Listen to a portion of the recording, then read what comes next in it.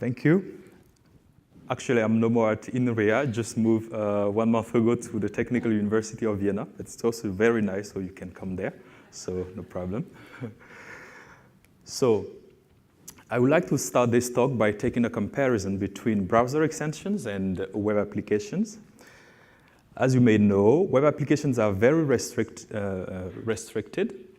So for instance, there is the same origin policy implemented in browsers that mandate that a web application can only access data which is managed by that application.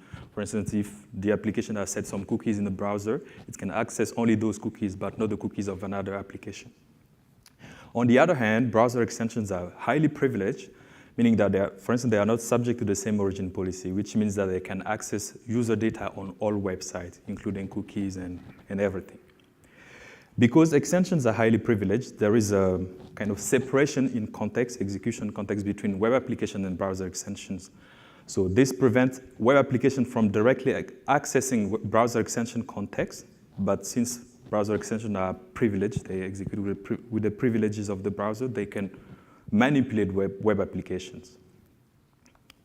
So usually there are 2 threat models that are considered regarding browser extension security. The first one is to view extensions, the extension itself as being malicious, potentially malicious. And this is what browser vendors usually do. So whenever you submit an extension to Google Chrome, for instance, they will go through the code of the extension, review it, and check whether the extension is safe or not before publishing the extension.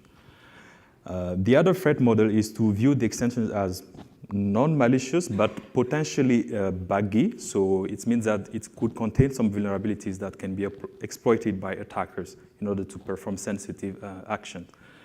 So, and one of those attackers for vulnerable extension is the web attacker. So here one views the web application as a potential attacker that can exploit vulnerabilities in extensions.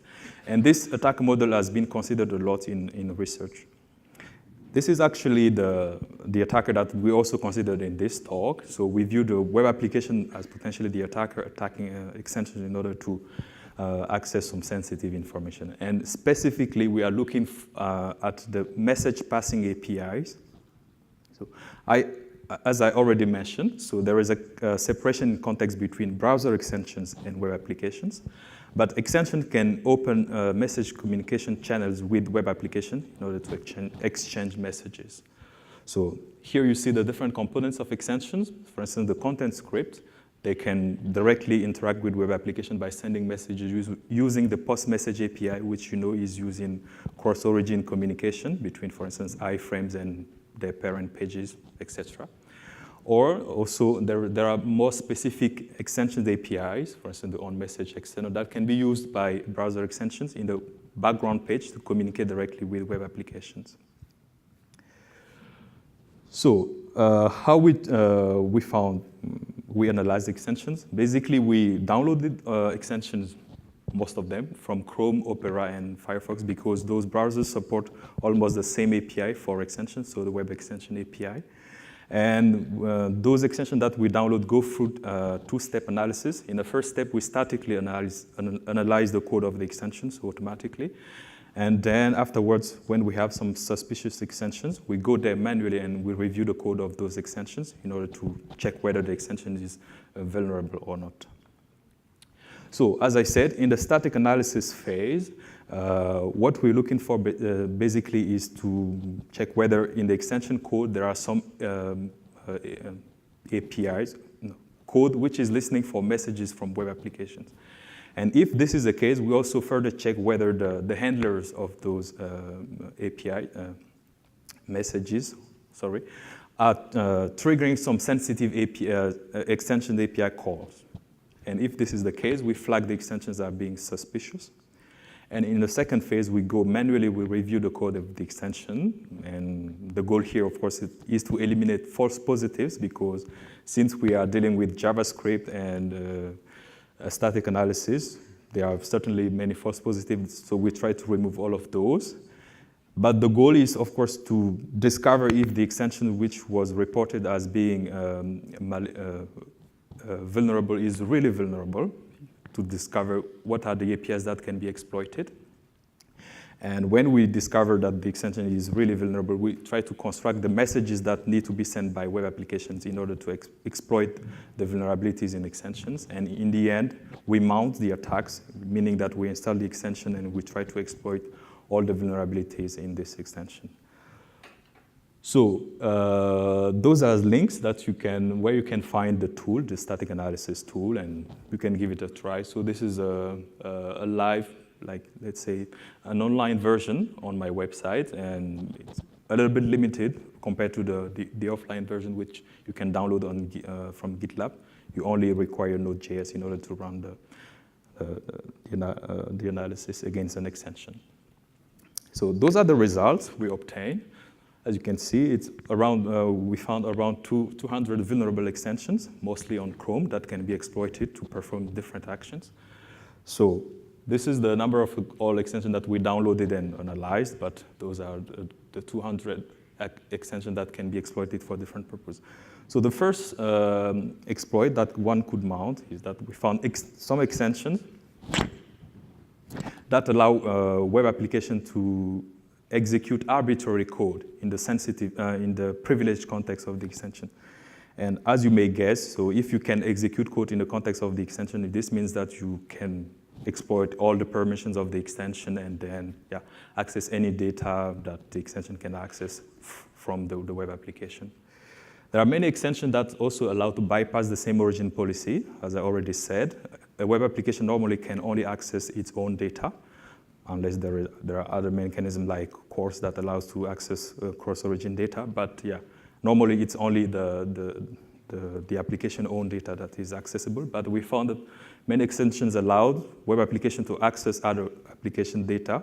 So we basically go through the extension fetch the data and then returns it back to the application, which is trying to access others' data. The third threat is being able to read cookies. So again, here basically the same origin policy says that you cannot read cookies of other websites, other web applications. But there are extensions which are exposing all user cookies to any other application. You send a message, and the extension gets all the cookies and returns them back to the attacker. And you can use those cookies to mount different attacks like session hijacking attacks, and also read user-sensitive information. The other two threats, let's say, are more related to privacy, because you can being able to read user browsing history or the bookmarks that user puts on their browser, allow the code to profile them, and this could be used for advertisement purposes and things like that. So there are also extensions that allow to get the list of other extensions that the user has installed. There have been recent studies that have shown that this information can be used for fingerprinting purposes, again, for tracking purposes.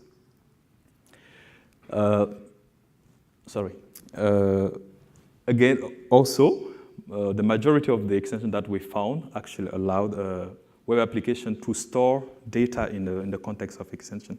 And this point is also interesting because, as you may know, normally web application can set cookies in the user browser, but the user can go there and remove those cookies and all those information. But when you do so, information which are stored by extensions are not affected. So if from a web application you can store information directly in the context, in the storage of extensions, it means that basically you are sure that this information will be persisted there and you can use it for tracking purpose, even though the user removes other browsing data. And the last thread I would like to talk about is the ability to trigger the downloads of any software on the user device via via browser extensions. So you can just send the link of the software you want to download. The extension downloads it and saves it on the user device without the user knowing or without the user choosing to do so. So now I would like to quickly give a demo. So I have a local web server running, as you can see from the URL here. And then those are actually extensions, Chrome extensions that can be exploited to access different sensitive user information. But I'm just going to give a demo with this eRail extension, which is here. So you can find this extension on the Chrome Web Store. It's here. And as you can see, it has this number of users, which is quite large. As I said, I've installed this extension. Yeah, and it's the only extension which is active. And yeah, I have also created an email account just for the purposes of this demo. So going back to the local web page. So basically what one can do from any website, so here I'm in a local host, but from any website, what you can do is, for instance, to read the user cookies from other websites. So if I just click here, I get all the cookies that are set in the user browser by all other applications. So for instance, if you try to find google.com, yeah, you see that all the cookies from google.com and other domains, other websites that I've visited, every website where the user is logged in, you get all the cookies here in the local host. Of course, you can use those cookies to mount any attack you want. But to access sensitive user information, but you don't need actually to mount those attacks because directly you can, again, using this extension, access any data you want. So from the local host, I can try to read the mails of on the user Gmail account. So I just need to say Gmail.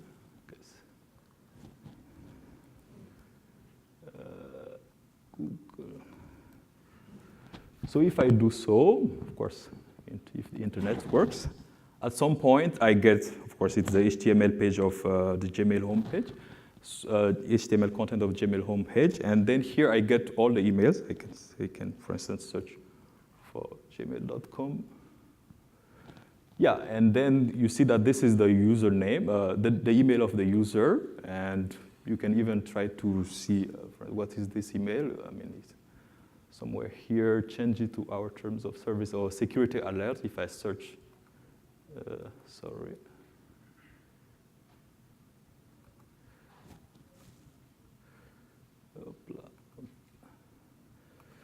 So if I search security alert, I think I can.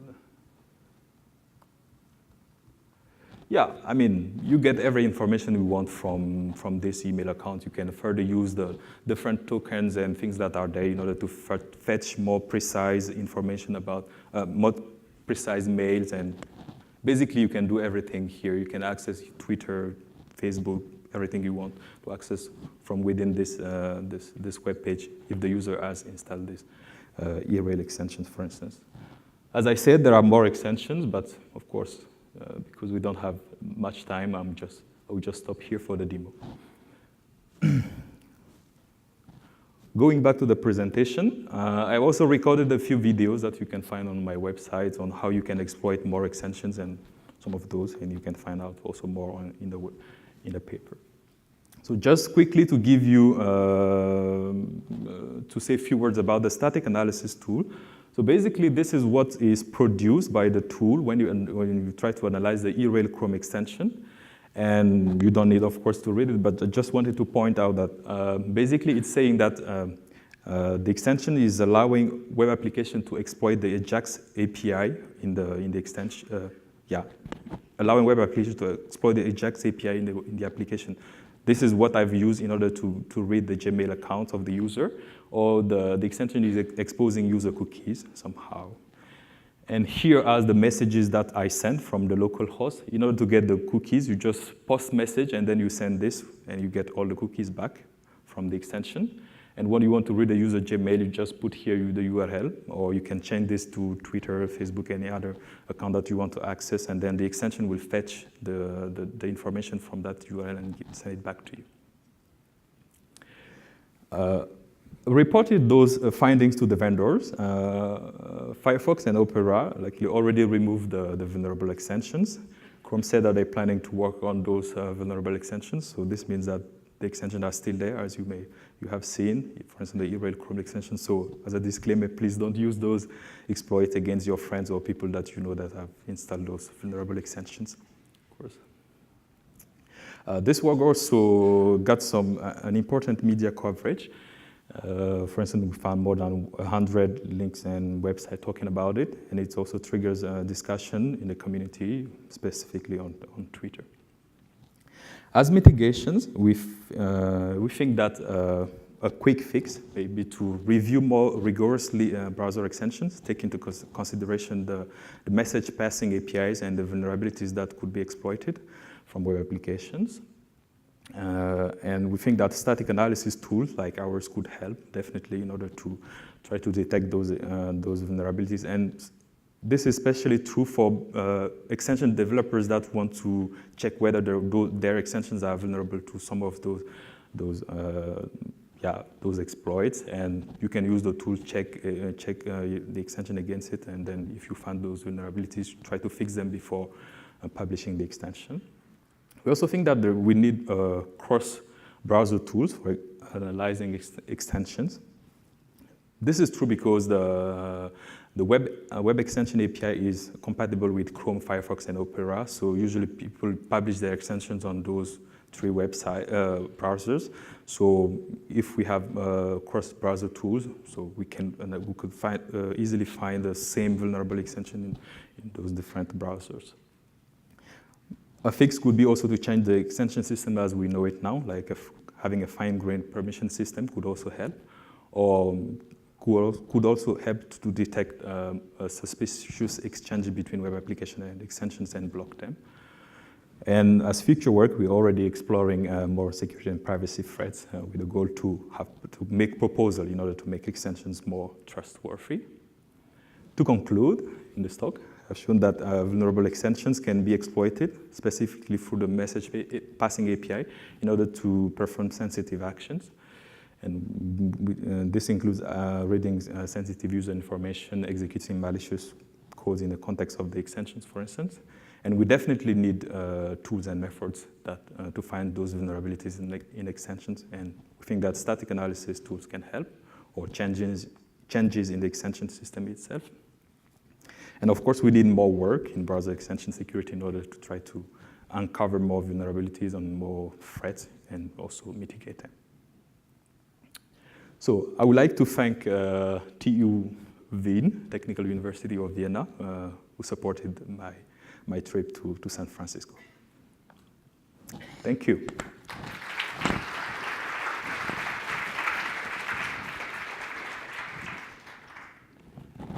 Same spiel as before. If you have a question, please line up at the microphone in the middle, state your name and affiliation, and ask questions.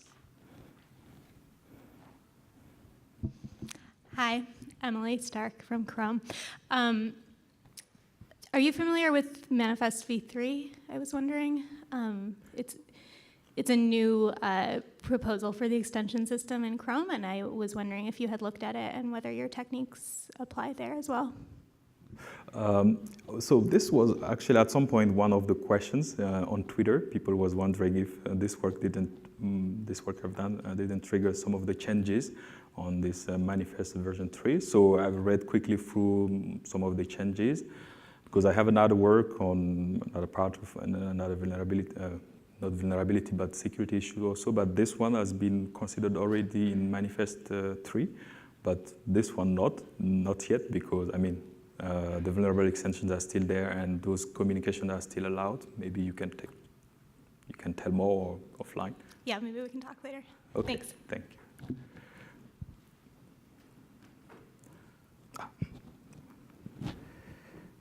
And I thought we would get a question back there. In the meantime, let me ask another one. So browser extensions have been at the focus of many analyses over the past N years. What makes yours so much more performant, or what makes yours find many more of these problems that we so far couldn't find? What's the secret sauce in your analysis? I don't, how to say, this study actually has gone through a very, very long process, because it took a very long time for me just to improve the static analysis tool first. And also, I mean, I didn't talk about the number of extensions that I've manually reviewed, but there are around 4,000.